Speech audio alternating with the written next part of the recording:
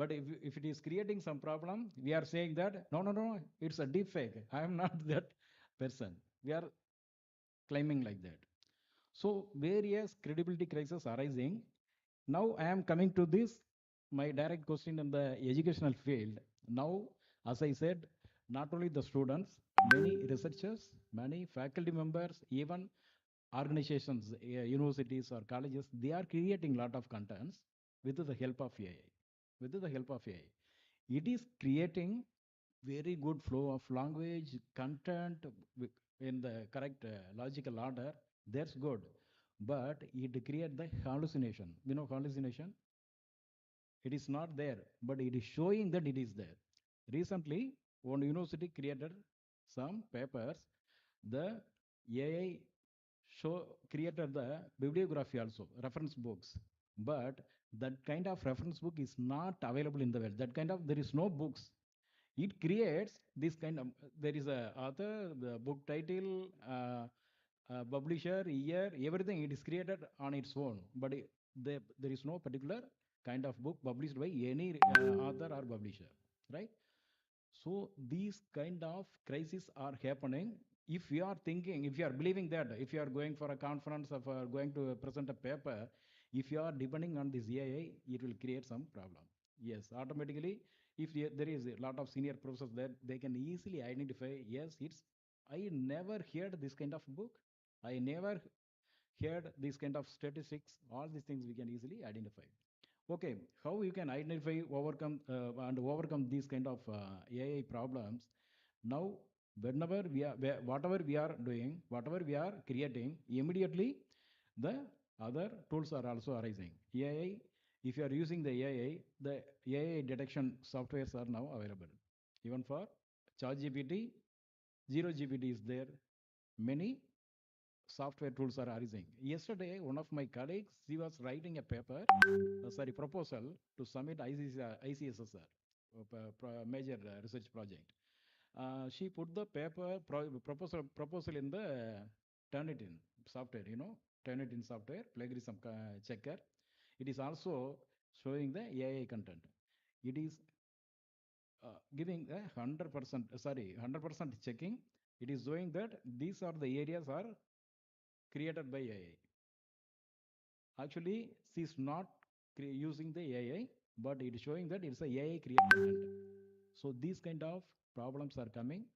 We need to check as a traditional way as well as the using the technological assistance. So many now many students are and scholars are using. They are creating the proposal or paper. Immediately they are putting in the another software like humanized AI, many other things. It is rewriting again. They are submitting. But anyway, the synthetic is always synthetic. We can easily identify the through the flow and other things. For that, it needs some times. We need to train the AI tools to detect more. Okay, to detect more.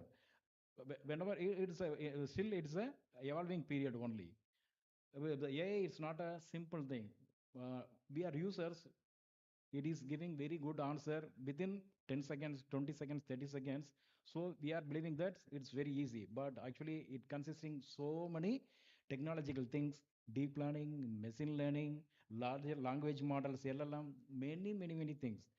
For that, the users, we are thinking it's very easy, but the software engineers, the technology developers, they have to train the AI tools for a very long time. For example, if you want to make, yeah, my own style of writing, I have to practice. I have to give the practice to the AI tool. Immediately it will catch up. It will take some time. For example, if the Sanjay sir is not able to attend, our chairman Padi want to present him, he can create a Sanjay avatar and he can prepare a lecture and give in the online content. Easily we can make it. It is happening, but after some times all these things go away because we are going to make a most perfect, most credible way of AI tools. So it will take some time. Until that, we need to verify based on our natural intelligence. That is also very much important and useful. Thank you. Thank you, sir. And even if like when I give assignment to my students, so I ask all the students to use AI. So they all like surprised. Like, sir, how can you tell us to use AI? Like if I will ask you not to use AI, then definitely you people will be using AI. But my evaluation will be based upon whatever assignment you will submit. I will ask 20 questions out of those assignments that you have submitted. So if you will answer the 20 out of 20, then I will give you like 10 marks. So for that way, I persuade them to read like whatever assignments they are submitting. So my next question is to Mahendra Kumar, like Parisa, like from a communication and social change perspective. So how do deep fakes affect audience behavior, trust and perception? Audience behavior, trust and perception, deep fakes. Uh, Thank you, Professor Panda. Namaskar, Jai Jagannath.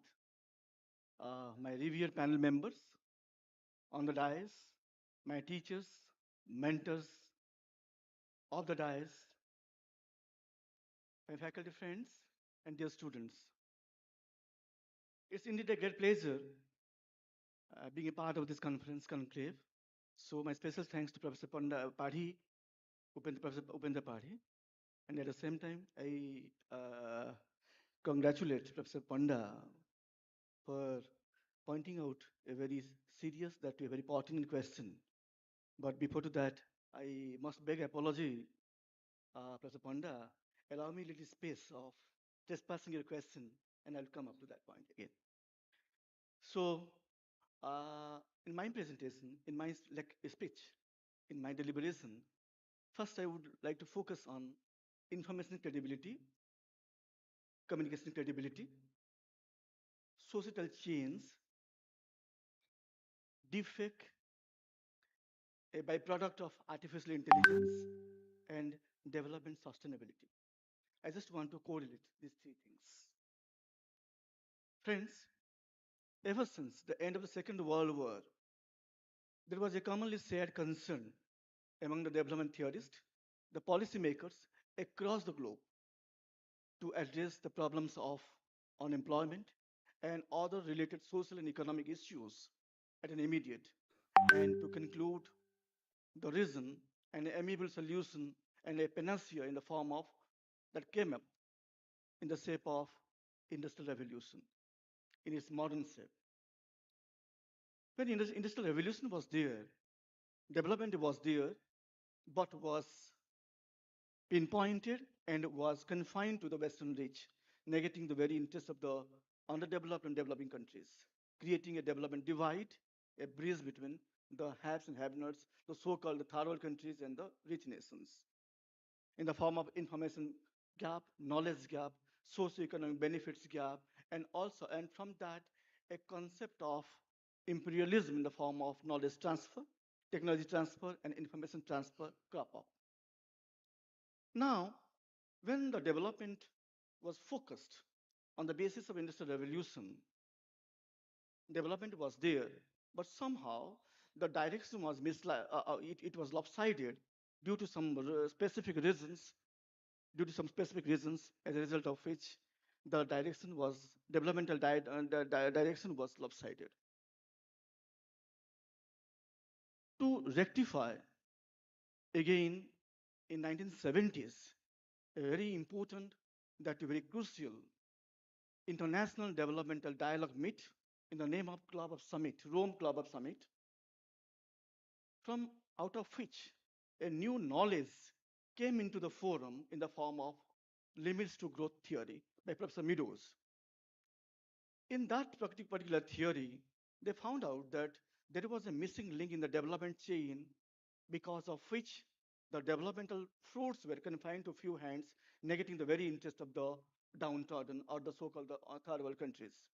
And that missing link was very effectively coined in the form of communication for development. So credit goes to Quibble and Professor Charles Perrings, who contributed a lot, giving it a specific discipline, and status. Now, in the theory of limits to growth, what they wanted to say Yes, development should be with the use of in this modern industrial revolution, using both capital intensive and labor intensive technological know-how, but should not be at the cost of environmental depletion, biodiversity degradation, and ecological harms. So, again, a new concept that was coined in that forum in the form of communication for sustainable development. Now, when sustainable development come up, the concept was coined. In that particular concept, there was a thin demarcation. There was a clear-cut, distinguishable demarcation between the existing generation and the future generation, so far as the resource utilization and equitability of the scarce resources is concerned.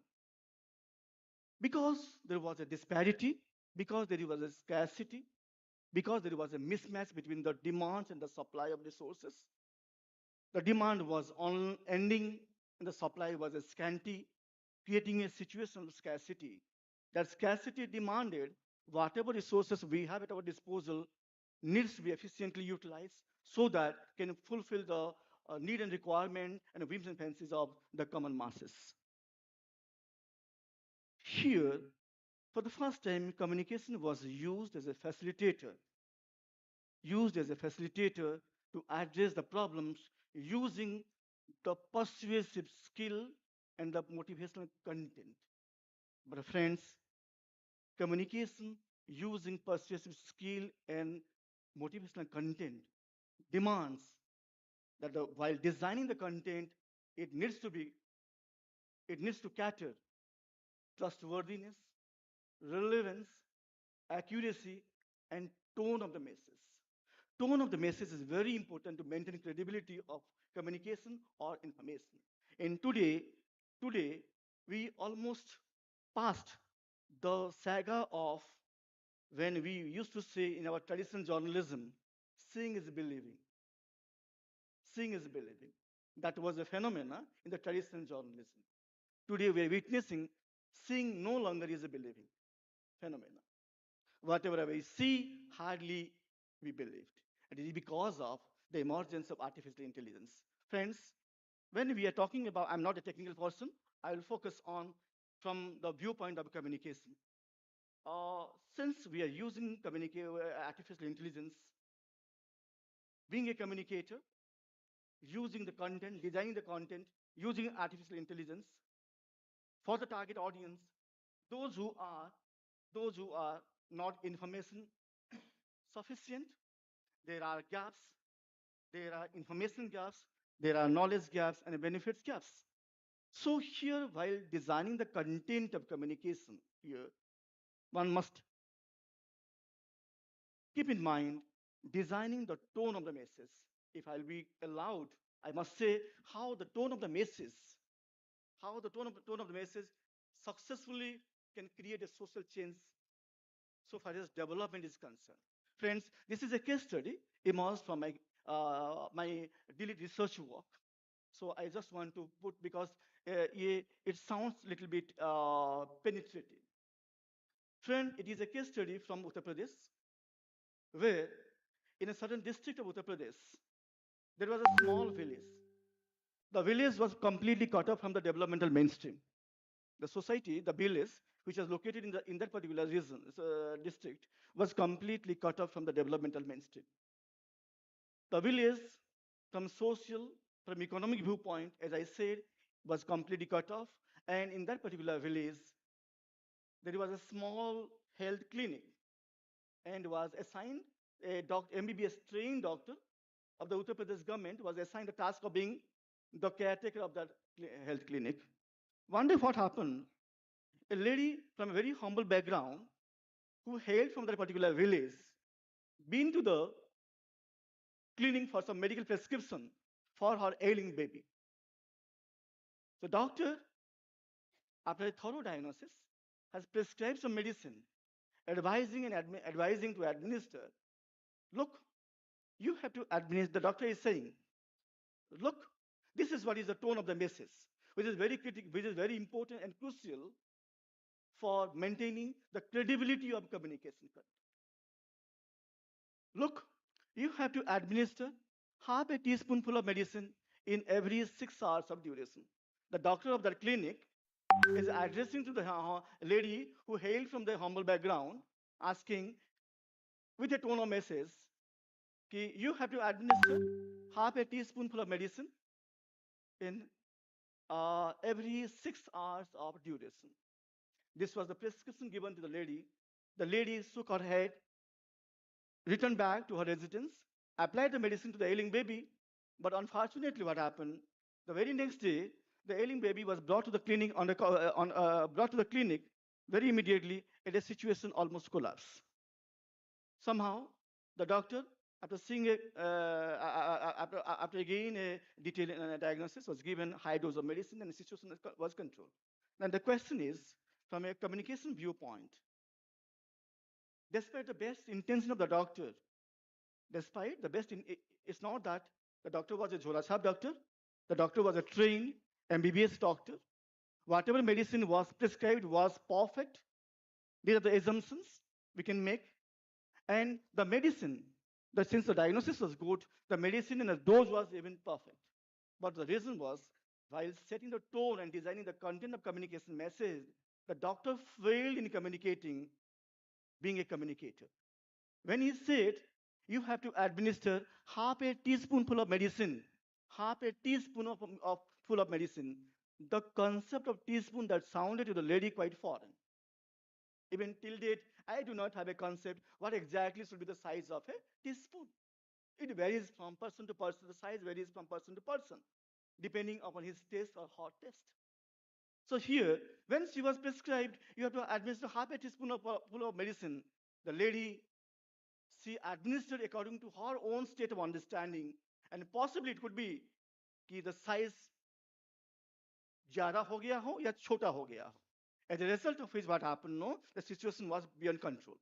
The second was when she was said you have to administer in every 6 hours of duration. 6 hours of duration.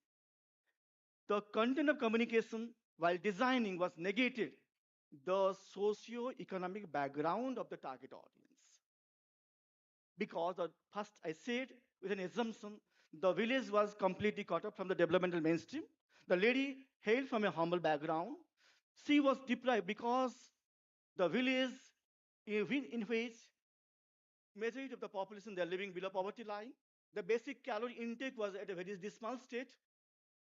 They are deprived of getting square meal a day. The literacy and the literacy level was very dismal. As a result of which, the lady failed to understand and failed to demarcate from 6 hours of duration to the second 6 hours of duration. Because they were so poor that she didn't have a watch at her disposal. And this was not within the concept of the communicator. So what I wanted to say, when tone of the message, relevance, and trust, these are the salient features of maintaining credibility. Now, just I will take half a minute. Since why this concept, what are the causes of credibility crisis in India? What are the causes? That needs to be checked in order to maintain it, in order to address the problems or in order to rectify a social change for the sake of attaining the goals of development. As I said, the people, they are overloaded with misinformation. Information and misinformation, they are overloaded. Secondly, there is a very, very serious problem of low digital literacy. Low digital literacy. There are many causes. Because of the paucity of time, I just don't nail it down. But for India, so far as the credibility crisis and the deepfake crisis are concerned, I just want to say deepfake emerged from artificial intelligence is again a coin having two sides with two outcomes. In one side, it is a risk and uncertainties. At the same time, the other side, there are some potential benefits. There are some potential benefits. So, I think my time is over. I surpassed my time. Sorry, I failed. Thank you, sir. Answering the question, like audience behavior, trust, and perception, like from a different perspective, from a different lens. You have already answered the question. Yes, sir. Yes, go ahead. I just failed. So doctor ko kya actually what the doctor should have done? What exactly went wrong as a communicator? First, the content of the communication message, the tone of the message. Kya hona chahiye? What should have been done? Now, doctor being a communicator, when he addressed after thorough diagnosis, he should have said, okay, look, this is the medicine. This is the medicine. With eye leading, this is the spoon lead. With earmark, this much of medicine you have to administer. And in a village, the lady, they know कि you have to administer half a spoon इसी में से at the morning time, that at the time of breakfast, the time of lunch, and the time of dinner. This concept they have a understanding. They have a very crystal understanding about this concept. So what I wanted to say you is setting the tone, designing the content from the viewer's audience, keeping in mind the socio-economic background. This is what I want. Thank you very much, sir. I am now moving on towards my left, the technology side, because you are the answer to all these academicians. Though you are waiting since almost more than 1 hour. So, sir, my question to you, Mr. Satyajit Nath, sir, that is someone you deeply involved in industry. So, how do you see the AI-driven misinformation ecosystem is evolving? I'll just start with a little bit of history. I think the concept of AI is new to most of us. We started talking about it in 2023 when ChatGPT came. But in my experience, it's very old. My first experience with AI was in 1999 when my professor gave me a final year project saying, can you write an algorithm to find out tree images? So he gave me 10 images. The algorithm will look at all 10 of them and say, oh, image number 1 and 5 have trees in them, right? That is AI. That is AI. Then came the thing that played computer, the deep blue. It played chess. That is also AI. So the way AI is evolving, it's a moving goalpost. 20 years back, identifying the image of a picture of a cat or a tree was AI. Then playing chess was AI. And now AI is at an intelligence level of a human being, near intelligence of a human being. It is able to think like us. It is able to draw pictures. It's able to create videos. It's able to write articles. So that's the problem. And that's where all the issues that we are talking about have started coming in. I call AI as one of the greatest storytellers of our time, but it does not always tell the right story. So if you ask it a question, ChatGPT, it will always give you an answer. It may be right or wrong. I think Professor Sir talked about hallucination. It does hallucinate, but it eventually gives you an answer. And it makes it look so credible that you yourself fall for it. And that is where we need a trained eye. Now, as Sir asked in the question, how is the system evolving? How is the ecosystem changing? Look at the show that has recently come in on Jio Hotstar, AI Mahabharat, right? If you look at it and you have not seen a lot of movies in the past, my daughter cannot decode whether it's AI or manual because she's 9 years old. She does not have that insight. But when I look at the characters, when I look at their voice, look at their face, I know that it's not accurate. Somebody is angry, but the face is not showing that anger. How does it happen? We have trained an intelligent mind by showing them a lot of videos. And that's where we might go wrong. That's where the trained eye comes in. And that's why many of us talked about humans should not be the one behind AI. Humans should be the one controlling AI. So what is AI? Technically, it's a human brain. I get a very smart guy, but I don't put that guy into school, into college. That guy will turn up to be a dumb person. In the same way, there is ChatGPT, there is Google Gemini, there are a lot of them. Each of them has a level of intelligence. The quality depends on how good were they trained. That's why I trust Gemini for my personal needs because it is Google. And I use Google for most of my work. It knows where I go. It knows what I eat. I upload my photographs there so it knows where I visited. So it can give me a lot of personalized information. Whereas if I have to create a new article or create a small write-up for my team, I would go to ChatGPT because I know that the data it has been trained on, it's great. It does not know me. It cannot generate a lot of personalized content for me, but it does that because it's very creative. So it all depends on how we do it. So when it comes to the ecosystem, it all depends on how these organizations are evolving. If you generate a picture from Google Gemini, there'll be a small star in the bottom. And that's what companies should do. How do we make sure that we help the audience understand it's AI versus non-AI? That system is evolving big time. I was working for L'Oreal, and in L'Oreal, they do all these ads. You must have seen ads of new nail polishes and lipsticks and all. So there are certain parameters that L'Oreal has. Okay, lipstick should have XYZ and all. So we said, let's try it with AI. So when you said, can you create an ad for this? We took a picture of it. It generated a lot of content. Now, this model was trained on the previous products of L'Oreal. So it knew when I call it ruby pink, it knew what it is, what are the shades and all. So based on all that data, it was able to identify the color accurately. But it also wrote one line in the ad which says last for 24 hours. Now we were surprised. How come a lipstick would ad for 24 hours? We looked at all our historical data. There was not even a single ad that we had trained this model on which says 24 hours. But it hallucinated, like Professor was saying, it does generate content of its own, and that's where it goes wrong. And that is where the trained eye comes in. This was not caught by me. I'm not an expert in lipsticks, but the guys from L'Oreal who have been doing it for a very long time, male people who never use lipsticks, but they caught it because they have worked on L'Oreal for last 10 years.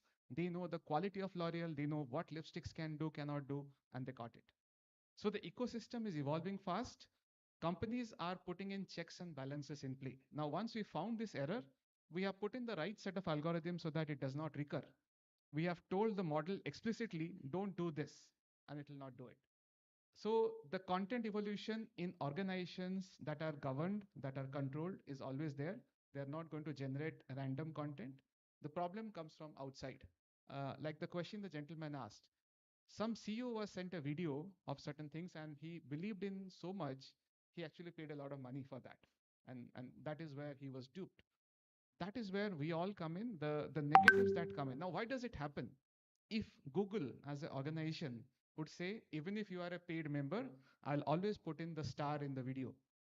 If NVIDIA, the chips that they do, they put in some hard-coded logic there which says any video generated through these chips will have a content mark with this.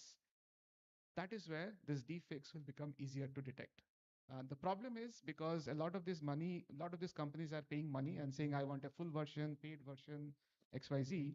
That is where they're getting the ability to create these deepfakes. So over time, I think regulations will catch up. Like I mentioned earlier, regulations are behind in terms of AI. Think of it, 3 years back, we started with ChatGPT. Now we are talking PhD level intelligence. The PhD level intelligence was available to people who worked in colleges or in large organizations. Now it's available to all of you for $20 a month. In fact, it's free for us nowadays in India, right? So it's all on you how you utilize it. Are you going to utilize it in the right way or in the wrong way? I was telling one of the friend who is a marketer, I said, your job is gone. I said, why do you think so? I said, what do? You think of a nice ad, you get in the models, you create the model pictures, you get the videos done, and then you do it. He said, yes, that's my job. I said, I can do it for you through my software right level. But he told me one thing. He said, do you have the knowledge? Do you have the creativity? I think that's where the catch is. Yes, the jobs will be lost. Like sir mentioned, 17 lakhs job will be lost. 34 lakh jobs will be created. Who will lose the job? The marketeer who goes, fetches those people, those actors. The guy who sets the stage. Their jobs are lost. Who is getting a new job? The guy who is sitting in front of the computer, understanding the requirement of the company, and then building the video. Going through the video and checking whether the video is accurate, whether the video has something wrong things. So new jobs will be created. So this problem that we talked about, sir, it is going to happen. It is going to happen manyfold given the kind of intelligence that is coming in. Google launched Gemini 3 yesterday. If you look at the benchmarks, they're terrifying. I always tell my team, a smart developer of today is a dumb developer of tomorrow. When we started our career, we didn't have any help like this. We used to go to a lot of books, understand the concepts, and then start writing our software. Today, they do that by writing a prompt. So what does it do? It makes them lazy. Do they get the job done? Yes, they get the job done. How did they get the job done? By writing a 3-word prompt. So what is the knowledge they gained? Almost zero. So these guys who are now building smart software will not be needed tomorrow when AI crosses human level intelligence. I'll directly go to AI and get it done. So these fakes will keep on coming. Better companies like sir mentioned on Turnitin. Turnitin talks about things which are coming in from AI. So things like that will also come, which will counter them. The only problem is I see the later one maybe couple of years behind. At least at this point of time, I don't see the companies trying to find AI content are at par with the companies that are generating those content. So this will happen a lot. The content will grow, but eventually they will get cleaned up, and soon I think we should reach the equilibrium point. That's all I have. Thank you, sir. I always believe that artificial intelligence, I will be coming to you. So, artificial intelligence will not replace human intelligence, but human intelligence with artificial intelligence will replace human intelligence, because you talked about that creativity. I will be coming to you, like Nimisa, like for the questions, but because Vikar Ravi sir is here, like he took exactly, like 3 minutes. So, sir, like I want to ask, like one more question to you is, like Padi sir also mentioned, like seeing is believing, and all these, like deep fakes, when we are talking about this, this principle is obsolete now. There is no more, like seeing is, like believing. So what is your take on this? And also, can you please tell, like some ethical frameworks, like universities and newsrooms, they should adopt to prepare the next generation? And do you think that Indian knowledge system or Bharatiya Gyan Parampara is the answer to, like all these things? So basically, whenever we think of this AI, deepfake, and we always talk of credibility, seeing is believing, and all those concepts are there. But according to me, this is just a passing phase. See, there is nothing to worry about, because when radio was invented, all of us used to sit at home and listen to radio, and people were dreaming. If I had the facility of carrying this equipment to my fields, hang it over there, and if I wanted to listen to a film song, it would have been a heaven. So it also created transistor. Later on, people were bored of same songs, and it gave to tape recorder, then mono system, stereo system. See how technology. See, whenever there is a new technology, this is just a passing phenomena. That's all. Artificial intelligence is not new to us. Every point of time we were using AI and deep focus and all these things. And the answer is maybe it's the media literacy or the digital literacy. Once, twice, thrice, they will believe, and automatically they will start ignoring it. So it's just a passing phase. So maybe in the coming day, because people talk of legislations, people talk of legal things, and most of us, we talk of media control, why media has to use this deep focus, and how, see, for example, artificial intelligence, in my experience, if I want to create a greeting card, I have to tell it 100 times. Instead of that, I would have created very easily. Huh? Where do you gain the creativity? Where do you dictate it? It's very, very difficult. The creativity of an individual, you cannot compare it to artificial. That's why we call it as artificial intelligence.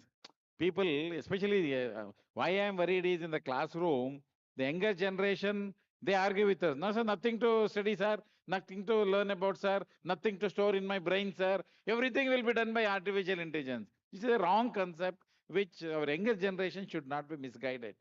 The artificial intelligence technology is at your control. Whatever you say, it will do. Maybe it can fasten the communication process. The transparency may be more. It's a different issue. See, for example, if I tell my students, all my research scholars, to use AI for preparing a research paper, 100% you will be booked for plagiarism. There is no doubt about it. Most of them, they will do AI and they'll bring and they will submit. Finally, you are in trouble. Plagiarism case will be filed against you. So you should be very, very careful. So this is just a passing phase. Nothing to worry. As I think he made an excellent point. if there is a lot of misuse of your deep fakes and AI, and the 35 or 50,000 jobs will be generated to find out which is right, which is wrong. Nothing to worry. And most of us, they come and ask me, so this AI has taken away all over. No, don't have that impression. Nothing will happen. Okay? If you lose your job, you will be given a job to find out whether this is a right video or a duplicate video. Automatically, you will be placed. Nothing to worry about that. See, the way Indian media industry is growing, the way technology is going, maybe gradually, every 3 months, every 2 months, you have a new technology. Nobody, nothing is permanent, and people, you have the capability of accepting or rejecting. That psychology is always there. So, according to me, even our universities should very well educate our people so far as the media literacy, digital literacy is concerned. My only answer to this is, if you teach them about the media literacy, if you tell them what the digital limitations are, then I don't think there is no question of disaster. It's the only solution, and the responsibility lies with the academicians. As teachers, we have to train the next generation so that automatically everything will be set right. So do you think, should we consider ourselves as teacher, or we are just facilitators at the age of, this technology? No facilitator. From LKG teacher up to vice chancellor is a teacher. The facilitators, if technology may be there, but if you do not have a guru, facilitator cannot be a guru. Guru is a guru. From the primary school to the vice chancellor, he is a teacher.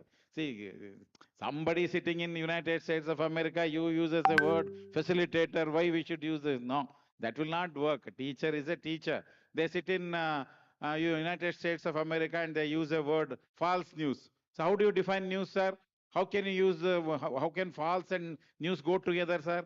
Anything which is factual is news. Anything false cannot be news. Somebody sits there and uses a word false news. All Indians, false news, false news, false news. I really do not understand. See, during COVID, somebody sitting in UNO tells me, it's a social distancing. Is there any difference between physical distancing and social distancing? In Indian context, social distancing is totally different. Is it not? Yes. But people use social distancing, social distancing. See, what are our linguistics doing? What are our experts doing? Whenever there's an error, we keep quiet. See, facilitator and all those things is just a word usage. A teacher is a teacher. This is my opinion. I really do not know. I don't believe in your facilitator, your advisor, and all those things. I don't believe. Teacher is a teacher. See, if I am, I come from a rural area. I studied in my mother tongue. If I am in a position to speak to you in this way, the credit should go to my LKG teacher. Nowadays, no LKG. It was all nursery. She taught me how to speak. First standard teacher. She taught me. The credit should go to that teacher. So how can I call her a facilitator? She taught me IE, ABCD, everything. Can I call her a facilitator? No, she is a teacher. What to do, what not to do. What is right, what is wrong. That was taught by a teacher. So we have a lot of respect towards teacher. So in Indian context, it's only Matrudevo Bhava, Pitrudevo Bhava, Achara Devo Bhava. Is it not? You follow this formula. If you follow the roots of your guru, you will achieve greater heights, and the dreams of your parents will come true. This is my belief. I really do not know. Thank you, sir. Thank you. Now this floor is open for Q&A. Okay, sir. Can someone pass the mic to Darulkar, sir? Yes.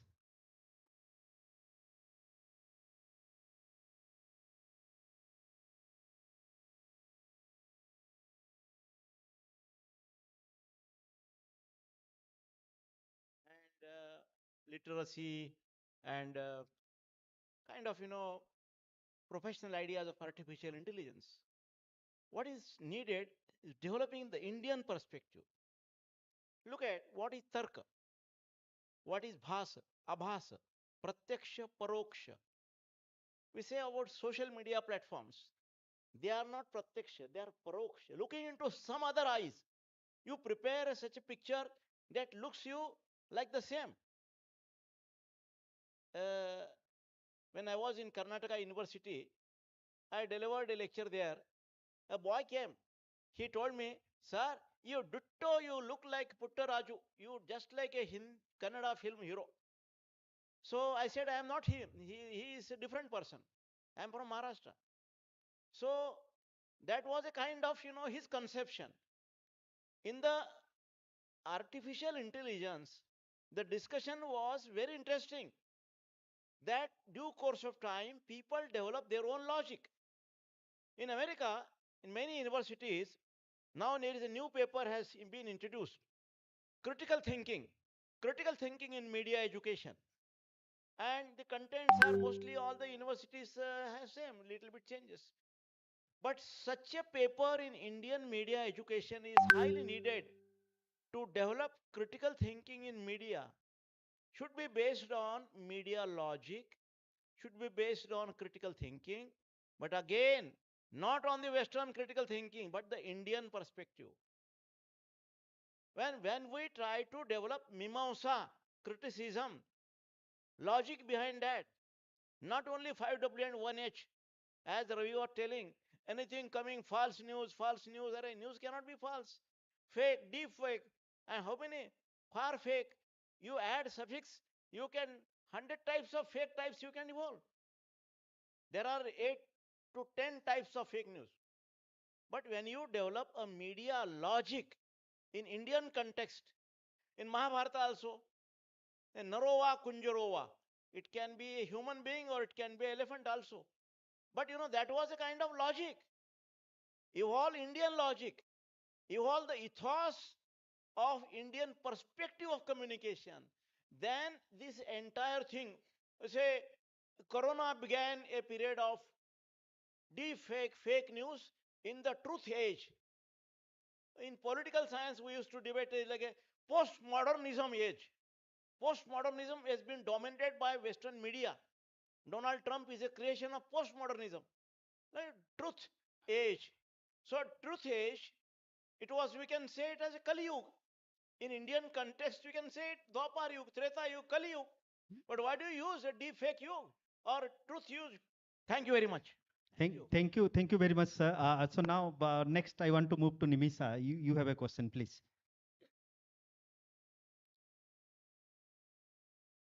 After that, we will take one more question, if, there is any. Yes.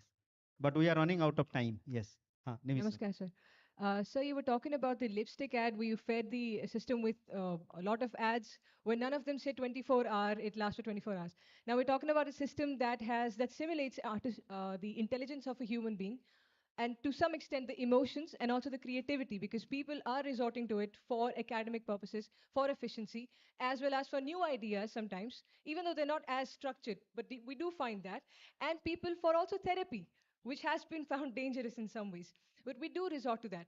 Now, it's very easy to call it hallucination because it's not according to the amount of excellence that we want it to be.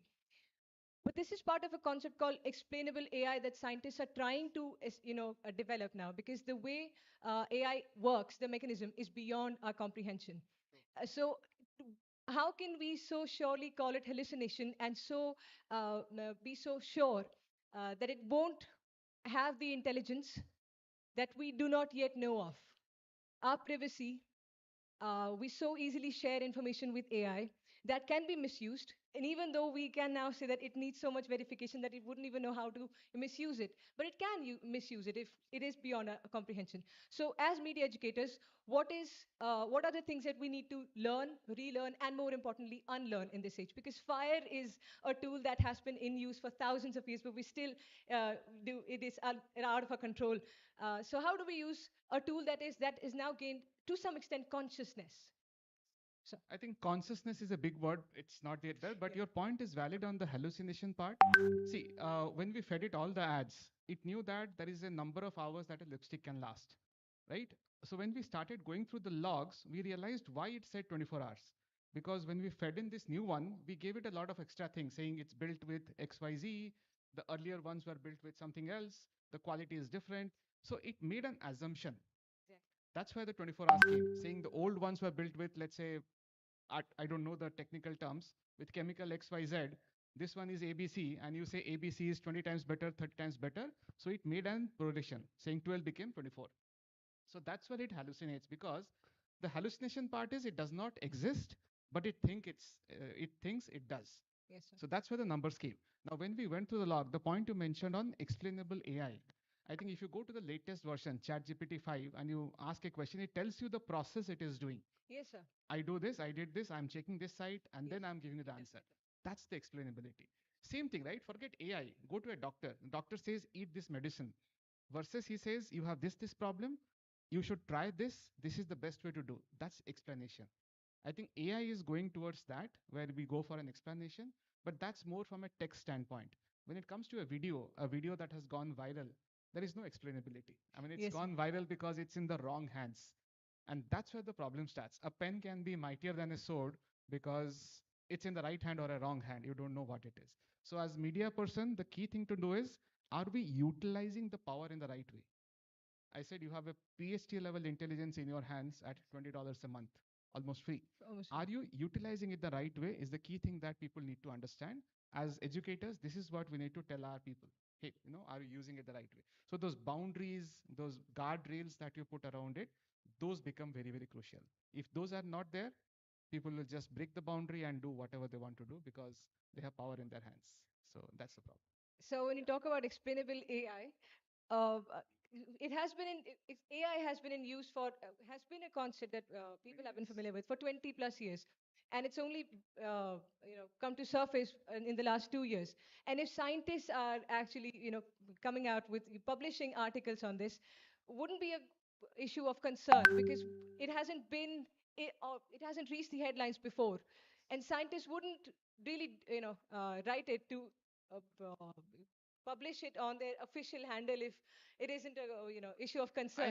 I agree, and that's where the problem comes in. Like I said, it's the power, how Yes, you sir. utilize it, Yeah. right? When Homi Bhabha talked about nuclear power, his concept was if I have a power, nobody will attack me. But if I have that, I can press the button and attack my neighboring country also. So it all depends on how you use it. AI is that nuclear bomb you have. If you have it, you know you are powerful. But are you pressing the button and firing it on the other side? That's where the negativity comes in.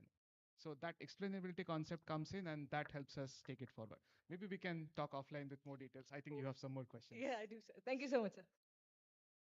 So thank you for this. Okay, okay, one last question. Okay. I have very good afternoon. This is Dr. Fakir Mohan. I have a very small, you can consider it as a suggestion, an opinion, or a question, right?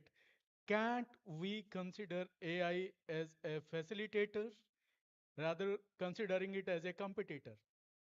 That I need your opinion on this. I always say man X machine, not man V machine. X means it's a handshake, right? Got So it. always use it that way, but never let the machine take control. You Okay. should be the one driving the machine and then guiding it the right way. That's the way I look Thank at you. it. Thank you. So thank you, because we are running out of time. Just sir, BK Ravi sir, you have to respond with just one word. When I ask you credibility crisis, so in one word, the credibility crisis represents what for you, sir? Credibility crisis is nothing but when people lose faith, when people doesn't believe anything. That's the concept of credibility crisis. See, if you believe a printed word in a newspaper, then you will read a newspaper. If you believe a visual on your TV, you will watch that channel. That's what is called credibility. Once if I start somehow if I don't believe, if I start disbelieving you, if I don't believe your video, if I don't believe your word, I will not read your newspaper, I will not watch your TV.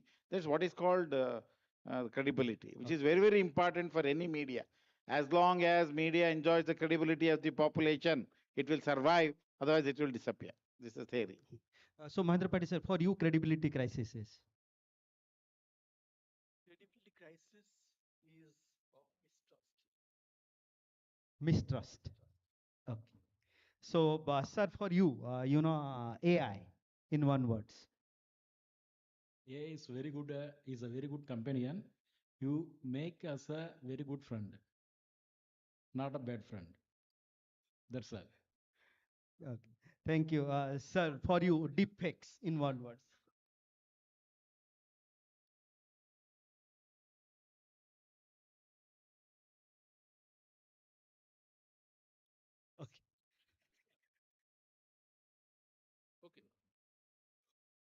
Deepfake, in my view, I think it's becoming new reality. It's all about how do we counter it. So that's the key thing I would take forward.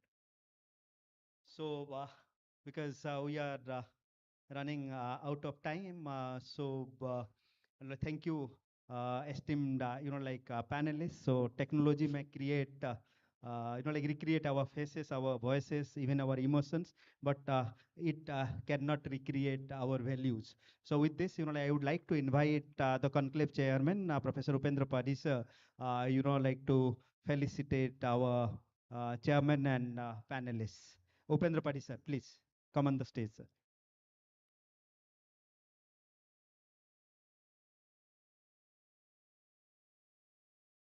Yeah, you have to come on stage, sir, to felicitate